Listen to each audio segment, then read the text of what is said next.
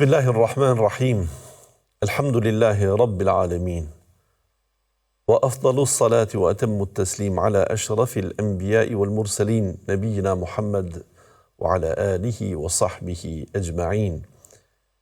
Të respektuar teleshikues, kudo që jeni, ju përshëndesim. Assalamu alaikum wa rahmatullahi wa barakatuh. Popujt e Kur'anit është emisioni jonë i përjavshëm që takohemi për të përmendur dhe për të kujtuar dhe të përkujtuar popujt që na i solli në mendje dhe në dije Kur'ani famëmadh.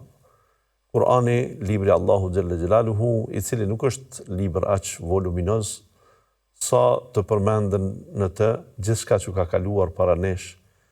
E kur dihet se ai është libër i jetës dhe është libër i besimit që na duhet për atë që duhet të përgatitemi tani dhe duhet të na mësoj për atë që na pret nesër, e pastaj duhet na rregulloj jetën në aspektin normativ, legjislativ, edukativ e tjera. Andaj i tërë ky libër të zë vend edhe për rrëfime historike, kjo tregon se kjo gjë do të jetë diçka interesante. E nga rrëfimet historike janë më të përzgjedhurat. Janë më interesante se Allahu Gjelle Gjelaluhu nuk e ka pas qëllim që në librin e tij të fus gjërat cilat janë vetëm hajtësa për të thënë, por përkundrazi janë gjërat që gjeneratës që i është zbrit Kur'ani. Pra, Kur'ani nuk ka zbritur që të lexojnë gjeneratat më përpara.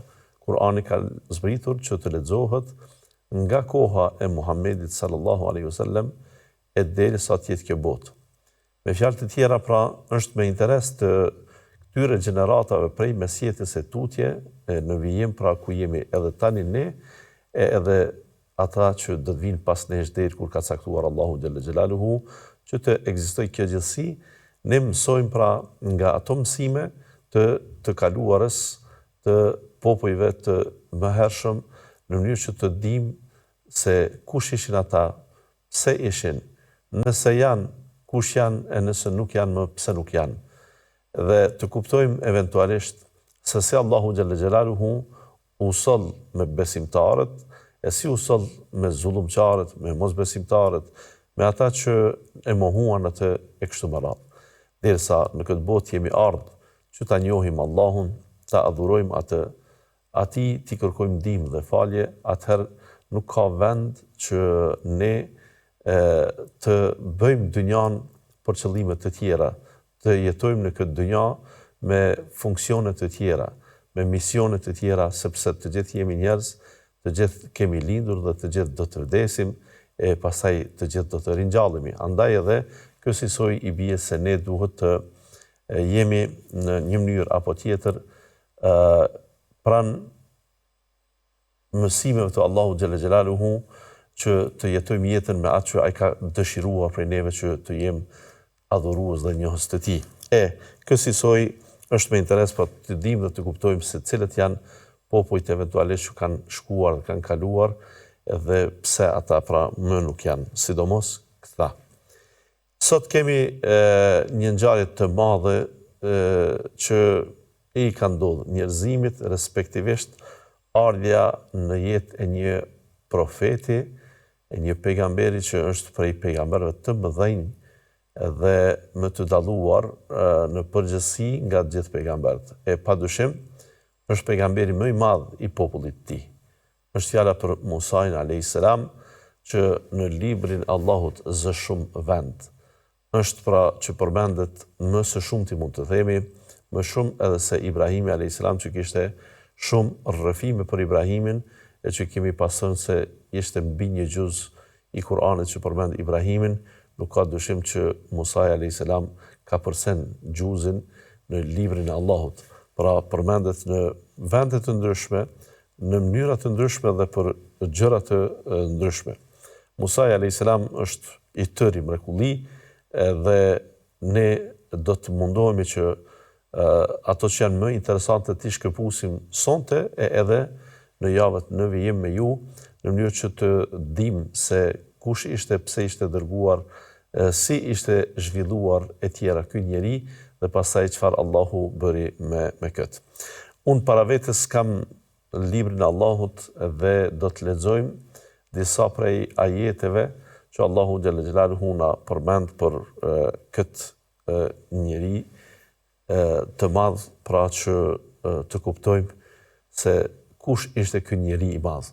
E ishte njeri i madh sepse vinte nga një familje e madhe, apo ishte një njeri i madh sepse Allahu e zgjodhi që të jetë i dërguar i tij, i zgjedhur i tij, dhe për këtë u bë i madh. Natyrisht se kjo është e dyta, sidomos në këtë rast, nëse kemi dilema në raste tjera kur profetët kanë qenë të dërguar njerëzit më të mirë, kur profetët kanë qenë nga familjet të respektuara në mesin e atyre popujve, këtu e shohim se Musa a.s. është djali i Imranit. Djali i Imranit, pra baba i tij ka pas emrin Imran, që lidhet në lidhje të më hershme, pra me gjyshrit e tij, që janë Jakubi a.s., Ishaku a.s., Ibrahimi a.s. Me fjalë tjera, është prej bijve të Israilit. Bijve të Israilit, pra është fjala për Jakubin a.s., që kishte emrin edhe Israil, i përmendur në Kur'an, edhe si Jakub edhe si Israil. Jakub ishte një emër që Allahu e pati paralajmëruar Ibrahimin a.s. se do të lindet Ishaku dhe pas tij do të vijë Jakubi. Pra Jakubi ishte djali i Ishakut, nipi i Ibrahimit a.s., e që, siç kemi përmendur, Ibrahimi a.s. e kishte përjetuar lindjen e Jakubit, pra kishte përjetuar dhe ndjenjen e gjyshit.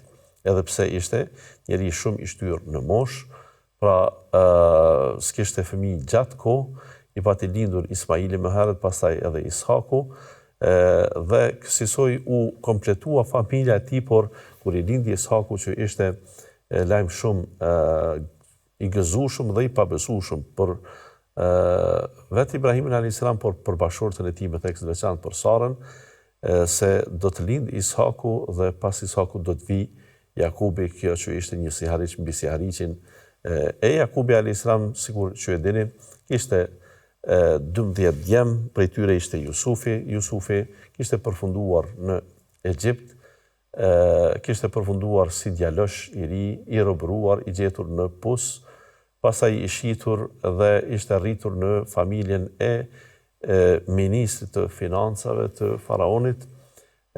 Pastaj ishte burgosur me akuzë të rrejshme, e me vonë doli nga burgu, u sqarua e vërteta se nuk kishte ndonjë gabim, ndonjë delikt Jusufi a.s., mirë po dalja e tij nga burgu erdhi në momentin kur i gjithë populli, i gjithë shteti, po e themi, kishin nevojë për një njeri që do të dinte t'i komentonte disa ëndra dhe aftësi Allahu ja kishte dhënë Jusufit a.s. E rëndësishme, Jusufi kaloi jo këshilltar i faraonit, por u bë ministër, sikur ky ministri që kishte qenë dhe ishte rritur në shtëpinë e tij, pra të menaxhonte me financat e shtetit, me drithrat, me të ardhurat kryesore që konsideroheshin në atë kohë, pra buka, thjesht ajo që njerëzit do të kishin nevojë më tepër, aq më tepër kur do të jenë 7 vite të thata shumë, e pastaj do të jenë 7 vite shumë të thata, para atyre do të jenë 7 vite shumë të majme, e pastaj do të jetë shumë vështirë që të menaxhohet jeta kur do të jenë ato vite të thata. Kjo i bie që një njeri si Jusufi a.s. do të dinte ta menaxhonte atë situatë që në vitet e majme të mos çoroditen, të mos shpërfillin konditat e të jetuarit, të mos keq përdorin, të mos nëpërkëmbin pasuritë e Allahut, përkundazi të mundohen që të menaxhojnë mirë dhe të ruhen për vitet e thatësisë që i prisnin dhe asisoj dhe ja dolën. Në atë kohë edhe njerëz nga Palestina vinin për të kërkuar ndihmë dhe ushqim, ndërta ishin edhe vetë familja e Jakubit, respektivisht vëllezërit e Jusufit që atë kishin hedhur në Pus vite më parë.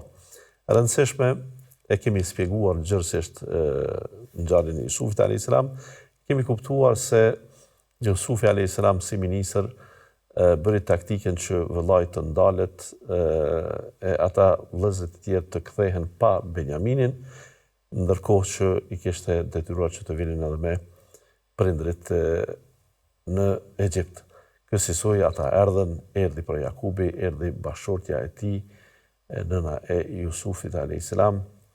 Erdhen edhe 10 vëllezërit, njërin veç e kishte ndalë dhe u realizua ajo ëndra që 11 yje, dielli dhe hëna po i binin në sejdë që i kishte parë këtë ëndër që në fëmijë e ri e që Jusufi a.s.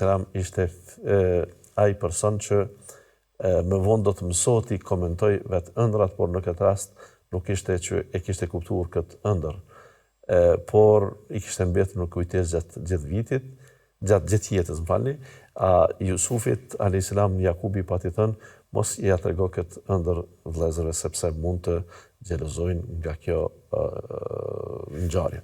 Rëndësishme ata erdhen në Egjipt, jetuan në Egjipt, dhe Jakubi a.s. me Jusufin në qeverisje, pra me Jusufin si udhëheqës, jetuan ndoshta edhe 40 vite në Egjipt dhe pastaj fëmijët ngelen aty, gjenerat pas gjenerat ata po shtoheshin dhe po rritej komuniteti i bijve të Israilit, Beni Israilve në Egjipt. Derisa veç shteti i Egjiptit ishte shteti i njoftun edhe në atë kohë, pra me një kapacitet shumë të hatashëm të njerëzve që jetonin, dhe sot e kësaj dite janë ato piramidat që njihen në pjesën periferike të Kairos, pra në qytetin ose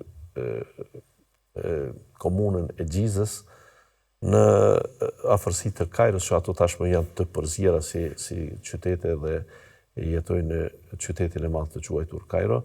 Pra në periferi, në zonën shkretinore, ndërtohen ato piramidat që janë ndër mrekullit e botës, në kuptimin që janë të pashpjegueshme se si u arrit të ndërtohen ato. Pra kemi të bëjmë me një dinasti të faraonëve që ishin një fuqi shumë e madhe, e ajo fuqi trashëgohej gjenerat pas gjenerate, e faraonët në fakt ishin mbretërit e afër vetes kishin edhe njerëz të tjerë të afërm, për shembull ndërta ishte edhe Hamani, që ishte një ministër në kohën e faraonit, për cilin do të flasim sot. Ata njerëz krahas pushtetit të madh që kishin poshtruar njerëzit dhe kishin nështruar, sa që askush nuk guxonte të lëvizte nga diktatura e këtyre. Ndonë se ata që ishin egjiptas, pra banor të vendit, për faraonin ishin të favorizuar, ata i besonin dhe ja bënin qefin faraonit, siç ai dëshirante, i thonin edhe ti je zot e kështu me radhë, ose ti je zoti më i madh. Ai vetë kishte quajtur vetë, por ata nuk ja prishnin disponimin atij. Ndërkaq pjesa tjetër që ishin, po e them muhaxherët ose të ardhurit aty, e që njiheshin si dora e dytë, ishin Beni Israilit, me të cilët bëhej loj liria, të cilëve ishte jashtëzakonisht e prekur dhe e cenuar, nuk ndiheshin as pak as si të barabartë në shoqëri, e nuk ndiheshin as si njerëz me rol dhe ndikim në familjet e tyre, se mos flasim me rol dhe detyrë në shoqëri. Kësaj pra, Beni Israilit po shkileshin vazhdimisht. Mirë po, është një gjë interesante, kishte qarkulluar dhe thuhet se edhe kishte pa në ëndër faraoni që ajo dinastia e tij, ajo monarkia e tij me fuqi të jashtëzakonshme mund të shembet ndonjë ditë.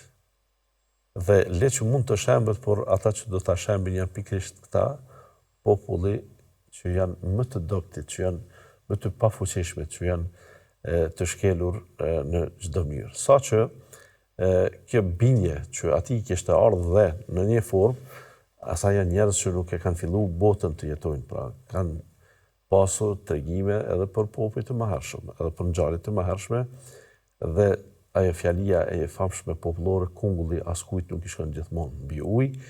Edhe faraoni këtë mund ta ndjente që ndoshta ndonjë ditë mund t'i bie pushteti. Rami në pushtetit dhe nuk e shite si të mundshme sa i përket fuqisë që e kishte. Pra, nuk ishte që po i dobësohej hierarkia e tij dhe pushteti i tij mbi Egjiptin, por gjithmonë njerëzit e tillë kanë frika dhe paranoja të tjera që gjithmonë pra në pushtet njerëzit kur janë, gjithmonë kur janë udhëheqës të vendeve të caktuara duhet të mendojnë edhe për eventualisht ramjen e pushtetit nga nuk ta merr mendja. Mund të ketë kushtimisht pakënaqësi në popull, mund të ketë protesta, mund të ketë çoroditje, pastaj daljen nga binarët e mënyrës së funksionimit të administrimit të shtetit të vendit, e pastaj janë edhe përpjekjet e armiqve nga jashtë që mundohen gjithmonë ta sjellin të keqen për ty. Në këso rrethana dhe në këso situata, faraoni e ka të dishme dhe është i bindur se edhe ati mund t'i ndodhë ndonjë ditë që ti dalë pushtetin nga dora. Ndoshta po them ka qenë kjo frikë. Mirë po, gjëja më e keqe është që kur ti je i dobët, dikush të sheh për të fortë. Po përsëris edhe një herë, është gjë shumë e vështirë të jetosh kur ti je i dobët ndërkaq që të tjerët të shohin të fortë. Arsyeja është se ti je dy herë i dobët në atë rast. Je i dobët se je në origjinal i tillë, nuk ke para, nuk ke pushtet, nuk ke rreth afër vetes, nuk ke ndoshta ndikim e tjera, por le këto që nuk i ke, por të tjerët të shohin si të fuqishëm. E kur të tjerët të shohin si të fuqishëm dhe ata të smirojnë, ata të xhelozojnë, ata mundohen që ato mirësi që ti i ke, cilat ti nuk i shes ato mirësi fare, ti i shes vetëm anë e dobësisë tënde, ata mundohen që edhe më tej ta shtrojnë zullumin, edhe më tej mundohen që ti të dobësohesh, sepse eventualisht nëse ti forcohesh, ti do t'jesh ai i rrezikshmi për ta.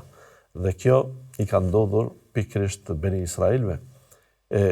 Pikërisht i ka ndodhur pra popullit, komunitetit që jetonte si i dobët dhe i shtypur prej faraonit, aq më tepër kur vjen dita dhe momenti që të mendohet se nga gjiu i këtij populli do të del dikush që do t'ja rrënoj pushtetin. Dhe për këtë, atë ëndër që kishin pa dhe atë lexim që kishin për çështjen, në fakt ishte ëndër e faraonit me gjas, edhe e kishin pa edhe pushtetarët e tjerë që Beni Israelit do të mund të na rrëzojnë ndonjëherë prej pushtetit.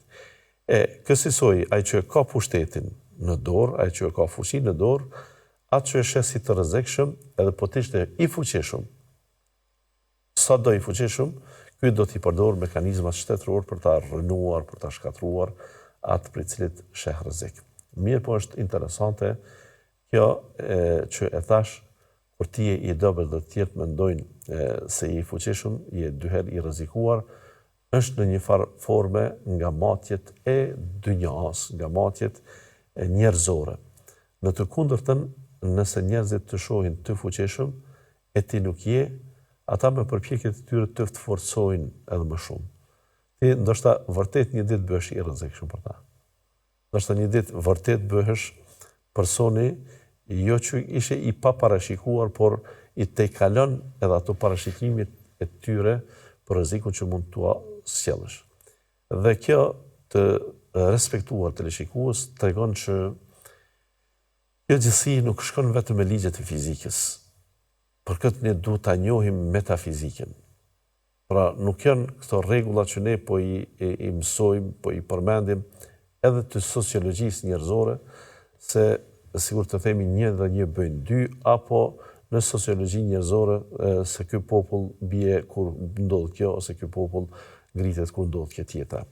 Me fjalë tjera, ka diçka që është edhe mbicjellore. Pra, kur Allahu do ta ngrit një popull, nuk vjen ngritja atyre së rezultati pasurisë që kanë, apo fuqisë që kanë, ushtrisë organizuar apo të ngjashme, por ata ngriten dhe ka nuk e kujton fare. Në të kundërtën, nëse është momenti që një popull të zbres, të ulet, të largohet fuqia tyre në një mënyrë apo tjetër, ata do të binë, do të dobësohen, do të largohet ndikimi i tyre në popull ka nuk ta marrëmendja po ashtu. Kjo sisoj pra, o tilkel ejamu nudawiluha bejnë nas.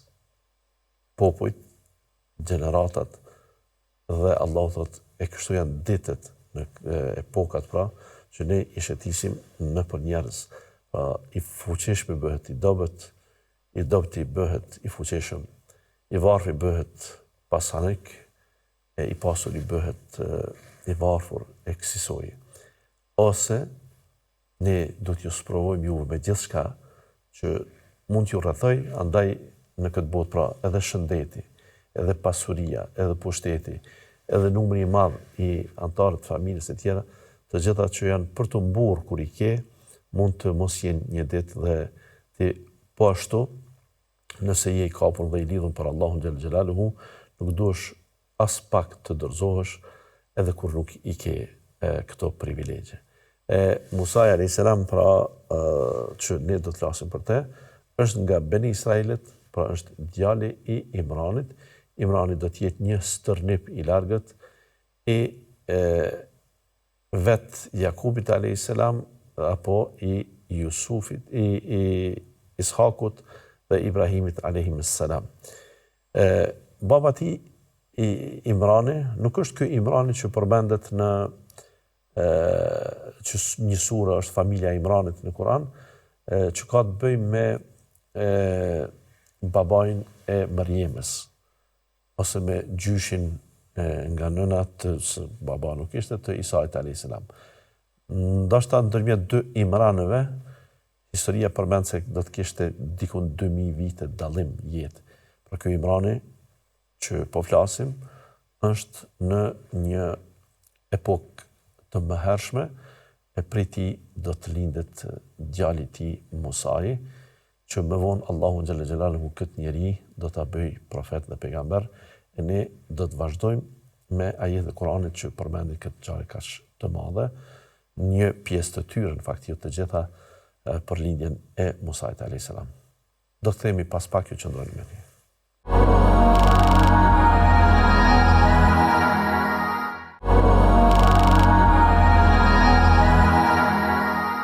Të respektuar të rishikues, rikthehemi përsëri për të vazhduar rrjedhën e emisionit Popujt e Kur'anit. E ne jemi sonte duke dashur të flasim për Musain alayhis salam, për shojtëm se si popujt mund të ngriten lart edhe mund të zbresin, të ulen dhe të zhduken poshtë.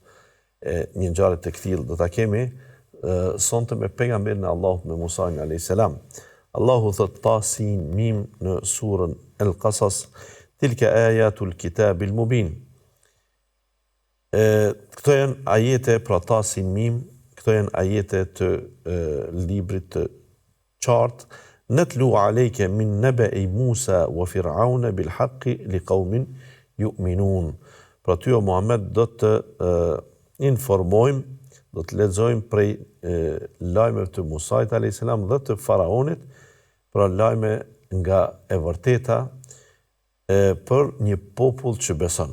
Pra duhet të kemi kujdes se Allahu e fillon që të tregoj këtë ngjarje duke na treguar ne se këto i marrin seriozisht besimtarët, këto i kuptojnë thellësisht besimtarët, ky është rrëfim i drejtë dhe i sigurt. Inna Fir'auna ala fil ard. Faraoni padyshim u ngrit lart dhe u bë despot në tokë.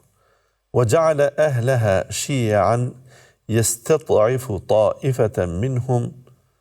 Njerëzit i bëri në grupe, i ndau në klasë, bëri diferencime, bëri dallim në mes tyre.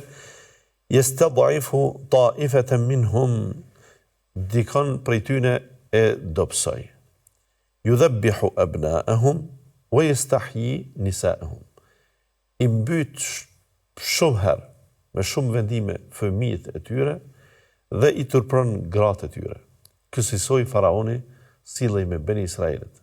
Pra mërte cilën do grua që ai dëshironte nga mesi i tyre, vriste kë dëshironte, mërte pasurinë e kujt donte, e me fjalë tjera, gjendja e tyre u shndrua në një gjendje të mjerueshme të tjetuarit, cilët as nuk kishin ku të shkonin, as nga të iknin, as nga të jambathnin, e as si të jetonin dhe bashkë jetonin me Firaonin, me faraonin. Allahu thot, innehu kane minel mufsidin, pa tjetër kë ishte shkatrues, kë njeri ishte ai që prish rand në tokë. Wa nuridu an namunna ala alladhina istud'ifu. E ne të njëjtën kohë, thot Allahu, dëshirojmë që t'i japim favore atyre që u dobësuan, u shkelen fil ardi, në tokë, wa naj'alahum a'immatan, dhe do t'i bëjmë ata prijatar, nga të pushtuarit do t'i bëjmë pushtetar. Wa naj'alahum al-warithin, dhe ne do t'i bëjmë ata që t'jenë trashëgues të pushtetit. O Zot, sa madhështi kjo do t'jetë. Allahu Gjelle Gjelaluhu pra sprovon një popull me vite të tëra, me dekada që të vuaj, ai popull me vonë, jo që nuk vuan, por bëhet sundimtar i popujve të tjerë. Pra këto janë ato ditët e Allahut, ato periudat kohore të Allahut, të cilat i qarkullon në mesin e njerëzve. Wa numakkina lahum fil ardi wa nuriya fir'auna wa hamana wa junudahuma minhum ma kanu yahdharun. Ne thot do t'i japim pushtet këtyre në tokë, pra këtyre të dobtëve, dhe do t'ja bëjmë të qartë faraonit dhe Hamanit dhe ushtrive të tyre, atë që ata ishte tërhekur vrejtja, që ata do duhet të hiqnin dorë nga despotia, nga tirania, nga mendjemasia, nga ndjenja se ata janë më të lartit, të tjerët janë më të dobtit. E për të ndodhur kjo, natyrshëm që Allahu këtë e lën me rrjedh kushtimisht të themi normale. Me rrjedh normale pra që jo thjesht ju ndodh aty një tërmet të fashitet toka rreth tyre, e të ngritën e të zhvillohen këta tjerë, por fillimisht bën që nga mesi i tyre të vinë njerëz, e me njerëz bëhen ndryshimet në tokë, vëllezër të nderuara dhe motra të nderuara. Me njerëz bëhen ndryshimet, andaj çdo herë kur ka njeri i cili e dëshiron të mirën popullit vet, punon, angazhohet, shumë e shumë dhe sakrifikon shumë nga jeta e tij, një ditë prej ditëve do të triumfoj, dhe kjo është treguar në gjitha periudhat kohore, historike, po edhe në kohët e sotme e shohim dhe i gjejmë jashtëzakonisht të prekshme raste të ngjashme të tilla. Pra Allahu e humb një popull për shkak të tiranisë, e ngrit popullin e dobët për shkak të hjekave, për shkak të vuajtjeve që kanë pas më herë. Dhe kjo nuk do të thotë se këta që u favorizuan tash do të jenë robër më të dashur të Allahut. Varet prej tyre. Varet se a do ta kuptojnë këtë mbështetje, këtë përkrahje prej Zotit, që është prej tij që të ngritet e drejta mbi të padrejtën, e vërteta mbi të kotën, apo do t'i kthejnë edhe këta tiranisë, apo do t'i kthejnë edhe këta të njëjtë zgjidhje që kanë pas më herët. E harrojnë njerëzit. Është shumë interesante. Shumë prej popujve që Allahu ju ka sjell mirësi edhe i ka bërë që të triumfojnë përballë atyre që kanë mund të jenë më të fortë, por kanë qenë zullumçar, janë shndruar këta me vonë në zullumçar. Allahu këtë tokë nuk e ka bërë që ti ta trashëgosh dhe ta marrësh pushtetin për të bërë veprime të njëjta, sikur ai më herët i cili u shkatrua për shkak teje. Pra, kjo do të ishte shumë e logjikshme që njerëzit të marrin mësimet e duhura. Kjo sisoj, po e them, janë edhe popujt edhe nuk po dua të përmendi emra, se s'dua ta shndroj emisionin në emision politik, por të qarta janë gjërat. Ti mund me hjek shumë, mundesh me pas dikush që për vitet të tëra nuk ta largon qizmën e tij nga qafa jote, të poshtrimit dhe të nështrimit, por ti je ai që ja del, triumfon, merr pushtetin. Ama kjo varet se çfarë do të veprosh ti me pastaj.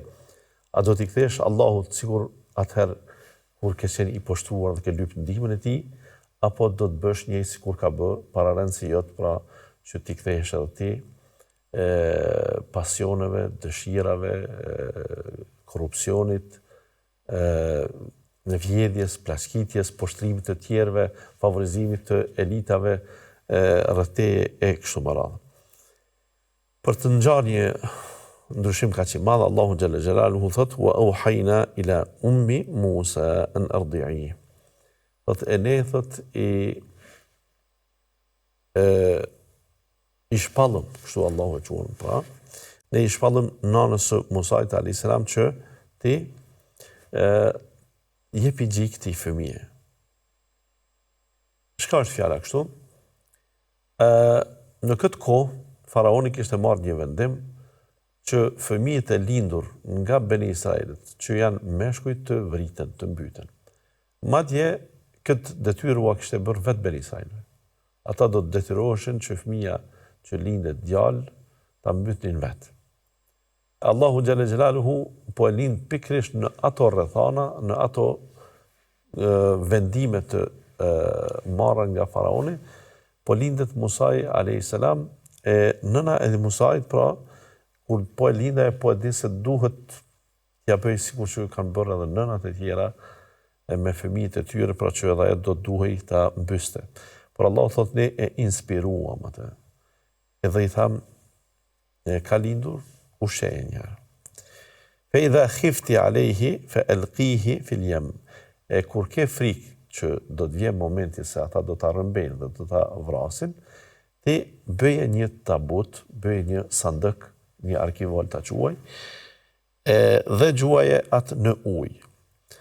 Gjuaje në ujë, pra ne me të drejtë do ta quajmë Musa alayhis salam profetin e ujit. Uji me të do të jetë pjesë e pandashme e ngjarjeve dhe ndodhive që lidhen me të. E këtu fillon jeta e tij në ujë. Jeta e tij në ujë, pra, nëna e faraonit inspirohet që ta gjuaj një farë sandëku, pra një farë tabuti, mbi cilën do ta vendoste foshën në lumin Nil. Pra, në lumin Nil, e pastaj thot ti vetëm liroje edhe wala takhafi wala tahzani. As mos u frikso për të, e as mos u dëshpro. Inna radduhu ilejki wa ja'iluhu min al-mursalin. Mos e ke dert se ne do ta kthejmë atë. Allahu me ta dhënë këtë qetësi, me ta dhënë këtë ndjenjë, që kur të tjerët vdesin, kur të tjerët kur braktisen në ujë, kur lihen edhe të mdhej me qenë, ti duhet të hallashtisesh me të. Shkoja ima, nuk kthehet, nuk mbjeton. E çfarë nëse është foshtje që ai edhe po të ishte afër teje, po nuk u kujdese shumë për foshtjen të vdes. Allahu i thot nënës së Musait alayhis salam, ti vetëm çoje në ujë, e mos e baj gajnë e ti, mos u frikso për to, e as mos u dëshpro. Pse? Sepse ne do ta kthejmë atë edhe do ta bëjmë profet. Me fjalë tjera, kur ke kësi ndjenje, kësi inspirimi, atë gjërat janë jashtëzakonisht të mëdha dhe janë jashtëzakonisht domethënëse në jetën tonë, që ti të kesh qetësi shpirtërore edhe kur ndodhin fatkeqësitë. E ne pse nuk kemi qetësi shpeshherë? Sepse lajme të mira për vdekjen e dikujt, për shembull se ai person është në xhenet, nuk kemi të tilla. Ajo që ne na mbetet vetëm të bëjmë gajlen se athu cila është gjendja e tij, dhe për kësaj situata ne mërzitemi, pikëllohemi, dëshpërohemi kur na ndodh pra një fatkeqësi e tillë. me pas bindjen, pra me ta dhënë dikush atë bindjen se mos ke derse atë ke për ta pa, ai do të kthehet, ai do të bëhet madje edhe profet. Kjo është diçka jashtëzakonisht interesante. Mirë po, më interesante është se si do të ngjarja kaq e fuqishme dhe kaq e tillë. Tu na vyn disa personazhe që Allahu xhallal xhelaluhu po i përgatit që të jenë të tillë. Njëra prej tyre ishte nëna e Musait alayhis salam, që u inspirua, edhe njerë po themi, nuk ju dha shpallje, por u inspirua. A ndodh që njerëzit të rëndomt t'ju flet dikush, pra të inspirohen, të mësohen, e ata të mos jenë pejgamber, ngjarje të tilla kemi të shumta në historinë e njerëzimit, pra nuk du të përmendi se na shkon koha, kemi parasysh të tilla, por ata nuk quhen pejgamber. Edhe nënës së Isait më vonë, Mariemës, do t'i thuhen fjalë të tilla, por nuk ka qenë profete. Edhe njerëz të rëndom ka pasur, madje ka pasur nga popujt e mëhershëm disa njerëz që kanë qenë me vuajtje, me sëmundje të ndryshme, që Allahu i ka kërkuar atyre favore, çfarë doni nga, pra me inspirim, ata kanë kërkuar që të evitohen sëmundjet e tyre, për shembull, njëri ka qenë me sëmundje të lëkurës, thotë, me qenë e mundshme të përmirësohet gjendja ime, të mos më përqeshin njerëzit. Për ngjyrat të ndryshme të lëkurës që i kam, nuk dua më shumë në jetë. Ajo i është dhënë atij dhe i është dhënë shumë pasuri, thotë çfarë don nga pasuria, ai ka zgjedh devet. Një tjetër ka qenë qel. Nuk ka pas flok. Çfarë dëshiron ti nga, thotë, nuk dua më shumë se sa ti kem flokët, dhe një ditë prej ditëve të më largohen njollat dhe akuzat e tjera se si jam. Ati përpos që i kthehet gjendja që shka dashtë, pra kthehet me flokë, thuhet, çfarë pasuri e don, ai ka zgjedhur që të ketë, thuhet, lop. Pastaj vjen tjetri që ka qenë i verbër, thot me inspirim. Çfarë dëshiron nga jeta, i thot Allahu, dëshironi më shumë që të kem sy e të shoh njerëzit, të shohin të tjerët, dhe të ndihemi i barabartë me të tjerët. Allahu ja kthen shikimin, thot çfarë don nga pasuria, ai don, thot delet i zgjedh, Allahu jep edhe atij, edhe atyre dy të parëve edhe këtij, jep shumë dele, edhe bëhet shumë i pasur. Më vonë duke ecur ata, sprovohen me të njëjtat sprova. Dhe një njeri në gjendjen të ky i pari që kishte më herët, që ka pasur problem me lëkurë, me sëmundje të lëkurës. Dhe i drejtohet këtij që më herët ka qenë i sëmurë, thot, o ti njeri i bukur, me këtë pamje kaq të bukur, me këtë lëkurë kaq të hieshme që ke, thot, të lutem, a ka mundësi të më japësh diçka nga pasuria jote, sepse pas ke shumë deve. Ai thot, nuk mund të jap nga pasuria, po këshilli ti punët e tua, se unë, thot, po këto pas ke shumë, thot, kam shumë, thot, se kam punuar, kem fituar, e kështu me radhë, pra gënjen. Ai thot, nëse je gënjeshtar, Zoti të kthehet siç ke qenë. Pra është e ndihshme. Kalon ka ky njeriu që ishte qel dhe kishte lop shumë, ja thot, po të njëjtën, dhe ky i përgjigj, thot, o, kjo pasuri është, thot, po ti ka bërë këtë, thot, unë këtë pasuri e bëra, thot, gjenerat pas gjenerate, njerëzit na kanë trashëguar, na kanë lënë ne, thot, nëse je gënjeshtar, Zoti të kthehet në gjendje çfarë ke qenë. Pra edhe ky ishte i tillë, pa flok dhe i lutet kë në vend se të solidarizohet me dikën që ka pas gjendjen e tij, nuk i jep asgjë. Shkon te ky i verbri, një njeri poshtë i verbër, thot, për hir të Allahut që të ka kriju dhe të ka dhënë këtë pasuri, thot, të më japësh mua diçka prej pasurisë tënde, thot, dhe ai me gjas ja ka dhënë gjithë pasurinë. Gjithë ato delet që i ka pas kopete ndryshme. Në fakt, ky inspirim i dhënjes, i shërimit, me këtë sprovën, pra që po i ndodh, ai në fund fare thot, unë jam meleku, ju kam provokuar juve në gjendjen që kishit, a keni harruar atë që keni pasur më herët prej vuajtjeve, apo jeni në gjendje të solidarizoni me të tjerët. Dhe kësaj i thot ti merre pasurinë dhe e tëra është e jotja, e je i fort edhe para Allahu xhalla xhelaluhu, ndërka që dy shokët e tu nuk meritojnë të shpërblehen. Kësaj pra është edhe kjo që e përmend më herët, ka dinasti, ka popull, ka gjenerata që kanë pushtet, ju largohet pushteti atyre dhe e marrin ata që kanë qenë të pa pushtet. Por edhe këta që kanë qenë të pa pushtet, kur e marrin, duhet të kuptojnë se si të sillen, sepse despotia ishte shkak që Allahu ata i shkatroi, nëse edhe ju bëheni të tillë, edhe ju shkatron. Në këtë rast faltaqatahu alu Firaun liyakuna lahum aduwan wa hazana. Thot familja e faraonit kur e gjetën atë tabutin, në fakt edhe aty ka qenë një grua shumë interesante, gruaja e faraonit që edhe ka pas një lloj inspirimi. Thot ata e morën, thot Allahu xhalla xhelaluhu, që të bëhet ai armik i tyre dhe dëshpërim për ta në të ardhmen. Inna Firauna wa Hamana wa junudahuma kanu khati'in. Pa kur farë dëshimi, Firauni, Hamani dhe ushtritë e tyre respektive ishin njerëz që patën gabuar në qëllimshëm, pra në hapat e tyre.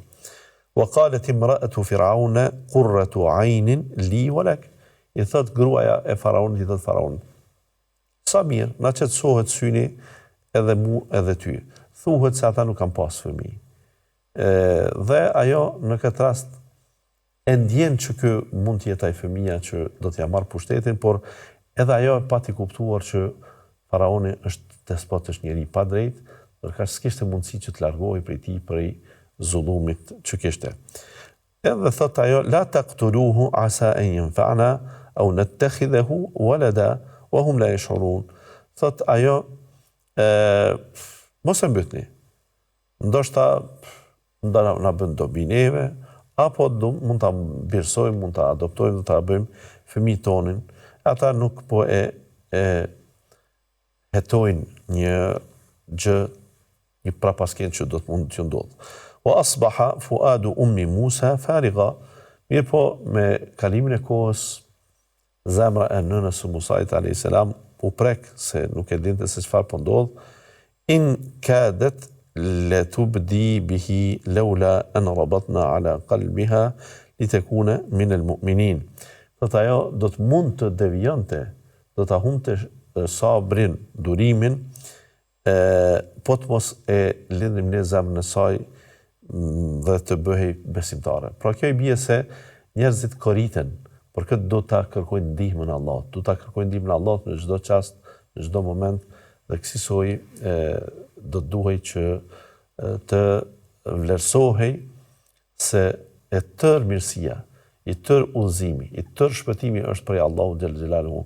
Në moment kur ti mbështetesh në fuqinë tënde, edhe atë inspirimin që ta ka dhënë dikush, ti thua, mos ka qenë kjo një gënjeshtër, mos ka qenë kjo një rren, mos ka qenë kjo një paralajmërim djallëzor që unë kam pa një ëndër mbi cilën po shpresoj, por në fakt nuk ka as të paktën arsye, as të vogël arsye që të jetë gjendja ime kështu. Pra mund të humb dhe të fluturoj ai besimi dhe mbështetja në Allahun xhalla xhelaluhu. Wa qalet li ukhtihi qussihi فبصرت به عن جنوب وهم لا يشعرون وحرمنا عليه المراضع من قبل فقالت هل أدلكم على أهل بيت يكفلونه لكم وهم له ناصحون. Kësaj pra ajo gruaja e faraonit i thot motrës së vet që ti tregoj nënës së Musait a.s. se si është gjendja dhe kësaj që të mos hetohet bashkëpunimi i tyre. E ne thot Allahu Musait a.s. ja bëm të padëshirueshëm ushqimin me gjitë të grave të tjera që kishte hulumtuar faraoni, edhe nga populli vetë, edhe nga Ben Israel, gratë të cilat kishin pasur lindje afër, që do të mund të jepnin gjë fëmijës, mirë po ai nuk pranonte gjin e asnjë gruaje tjetër. E kjo ju tha: hel edullukum ala ahli bejtin yakfuluna. A doni t'ju tregoj një familje që mund ta mbikëqyrin këtë وهم له ناصحون dhe ata do të kujdesen edhe për zhvillimin e tyre. Faradadnahu ila ummihi kay taqarra aynuha. Dhe ne e kthyem Musajin te nëna e tij në mënyrë që të qetësohet syri i saj. Wala tahzan, të mos dëshpërohet. Wali ta'lama anna wa'da Allahi haq, dhe që ta di dhe ta kuptoj se premtimi i Allahut është i vërtet. Walakinna aktharahum la ya'lamun, por çfarë të bësh shumica e njerëzve këtë nuk e din se premtimi i Allahut është vërtet i pandryshueshëm. ولما بلغ أشده واستوى آتيناه حكما وعلما وكذلك نجزي المحسنين. E pastaj kur u rrit ai dhe kur mori udhën e vet, ne i dham atij urtësi dhe dituri, i dham pra mund të përmend pra rrita zhvillimi që ai tash është i Zoti vetvetes dhe ne kësoj ish problem njerëzit e mirë. Këtu fillon tash ngjarja e Musait, jo foshnjë tashmë, po Musait të rritur, dhe këtë do ta shohim në javën e ardhshme, se çfarë ndodhi kur u rrit ai e çfarë do të jenë ngjarjet e tjera të mëvonshme të Musait alayhis salam, i cili përmendet shumë në librin e Allahut në Kur'an. Dhe në javën tjetër, ju lëm takim në kujdesin e Allahut. Wassalamu alaikum wa rahmatullahi wa barakatuh.